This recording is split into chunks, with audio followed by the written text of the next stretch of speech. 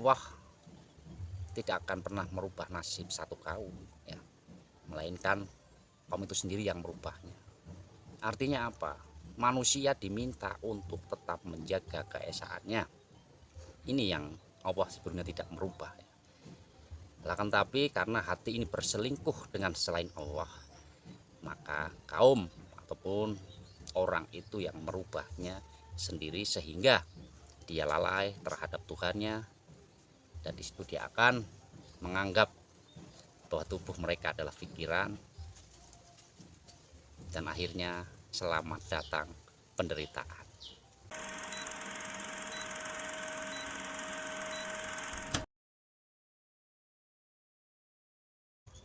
Assalamualaikum warahmatullahi wabarakatuh. Innal hamdalillah nahmaduhu wa nasta'inuhu wa nastaghfiruh. Wa na'udzu billahi min syururi anfusina wa min sayyiati a'malina may yahdihillahu fala mudhillalah wa may yudlil fala hadiyalah. Para sedulur saudaraku dimanapun Anda berada, semoga kalian semua berbahagia dan semoga dalam keadaan yang selalu bersukacita. Ini yang tentu Allah inginkan, dan ini juga yang senantiasa Allah berikan ya. Saudaraku dimanapun Anda berada, yang nampak ataupun yang tidak nampak, saya sapa semua kalian ya. Apapun status kalian, apapun kedudukan kalian, tidak mengurangi rasa minder, tidak mengurangi karena dirinya adalah seorang yang berada di sosial ataupun dalam status sosial yang rendah, sehingga kita tidak wajib berbahagia ya. Itu semua kita harus merasakan yang namanya bahagia, dan tentu bahagia ini juga relatif ya, relatif, dan Anda sendiri yang bisa merasakannya. Bahagia di dalam keadaan yang memang ekonomi yang pas-pasan, tapi hal ini ya, buat makan cukup, dan kita tidak muluk-muluk menginginkan segala sesuatu, akan tapi di situ kita tetap bahagia. Dan sebaliknya, walaupun buat makan tidak cukup, ini juga bukan artinya kita berkurang kebahagiaannya ya. Itu adalah suatu pesan bagi kita, ada apa di dalam diri ini sehingga makan sehari 2 ataupun 1 kali. Nah, para sedulur semuanya ada kode sendiri, semuanya ada pesan tersendiri, tinggal kita bisa peka atau tidak terhadap pesan-pesan itu. Ketika kita peka ya terhadap pesan, maka disitu kita akan menemukan sebuah rahasia yang sesungguhnya disitulah letak kedamaian, disitulah letak ketenangan. Nah, para sedulur, pada pertemuan kali ini ya, dari beberapa hari saya tidak membuat kajian ya, dan hari ini kita bisa berjumpa lagi, bertemu lagi, dan alhamdulillah ya, masih dalam keadaan yang sehat. Baik, pada pertemuan kali ini saya akan membahas sebuah tema ya, peruntukan hatimu hanya kepada Allah. Ini loh tema yang akan saya angkat pada kali ini. Sebelumnya biasa kita ngaji santai ya, ngaji santai. Dan yang perlu kita perhatikan adalah satukan sudut pandang. Ini yang perlu kita tahu, bahwa ketuhanan adalah sudut pandangnya ruhaniyah. Jadi kita harus menggunakan rasa untuk bisa mencernanya ya. Jangan sampai sudut pandang kita yang dipakai adalah lahiriah, maka tidak akan nyambung lur. Nah, itu santai lur sambil rokokan.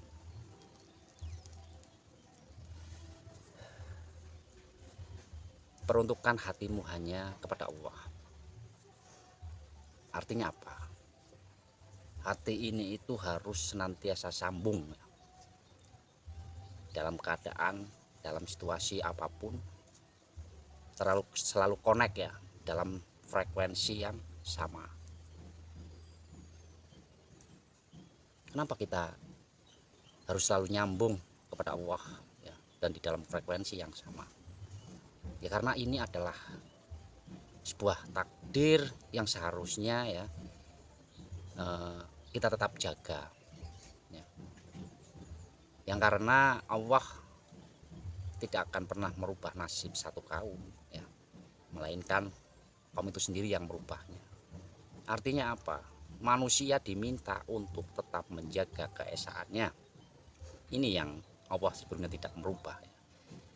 Akan tapi karena hati ini berselingkuh dengan selain Allah, maka kaum ataupun orang itu yang merubahnya sendiri sehingga dia lalai terhadap Tuhannya, dan disitu dia akan menganggap bahwa tubuh mereka adalah pikiran, dan akhirnya selamat datang penderitaan. Gak bisa lur, hati yang lupa dengan Allah akan mendapatkan kebahagiaan, tidak bisa, karena itu sudah menjadi permintaannya manusia itu sendiri, bukan Allah yang merencanakannya, bukan, makhluknya yang merencanakannya, makhluknya yang merubahnya sendiri. Jangan salahkan Allah lur, jangan protes ya. Dari itu ketika kita menganggap tubuh ini adalah pikiran, maka selamat datang penderitaan. Walaupun kehidupan jasmaniah lahiriah kita ini penuh dengan ya kemewahan, penuh dengan kecukupan, akan tetapi mustahil hati akan tenang. Nggak bisa lur mencapai ketenangan, tidak bisa. Bohong ketika mereka mengatakan saya sudah tenang, saya sudah enak, bohong. Nggak bisa, karena kunci ketenangan itu manakala kita selalu menjaga keesaan. Artinya bahwa kita tahu bahwa diri ini itu adalah ruhku yang kutiupkan sehingga tersahir menjadi bayi. Yang sesungguhnya wujud bayi itu bukan wujud bayi secara makhluknya. Pandangan mata ini memang melihat wujud bayi itu adalah manusia, seorang makhluk. Akan tapi yang namanya basyiroh tidak bisa dibohongi.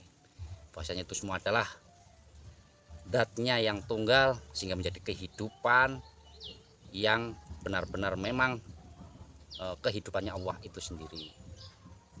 Nah artinya berarti perwujudan bayi dan makhluk itu ya tidak ada. Yang ada siapa lur? Yang ada hanya perwujudannya yang nyata ya. Nah inilah yang dinamakan bahwa Allah itu sangat nyata lur. Tidak ada istilah gaib. Nah gaib itu karena dirimu sendiri yang menggaibkan Allah, dan dirimu sendiri yang menyatakan bahwa diri makhluk ini yang nyata, ya maka akan menjadi terbalik lur. Allah gaib maka makhluknya nyata. Nah coba dibalik, makhluknya gaib maka Allahnya akan nyata.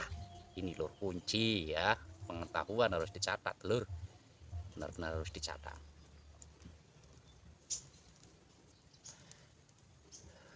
Maka dari itu dalam situasi dan kondisi apapun ya, kita tetap melihat sisi hidup bahwa sejatinya yang meliputi satu masalah, yang meliputi satu keadaan yang menimpa diri kita itu ya ini murni dari dia. Ini kalau kesadarannya kita sudah di sini, kesadaran yang sudah yang selalu menjaga keesaannya. Berbeda dengan kesadaran ilmu lur. Kesadaran ilmu hanya dia mengetahui saja. Selama belum membuktikan, selama belum mengalami, maka itu tidak bisa dikatakan dengan kembali. Itu tidak bisa dikatakan dengan masuk ke dalam kesadaran tunggal, masuk ke dalam kesadaran Allah. Hakikatnya semuanya Allah ya. Semua yang terjadi dalam dunia ini adalah Allah, benar. Ilmu lur itu lur, ilmu. Nah, dan ilmu itu harus dibuktikan ya.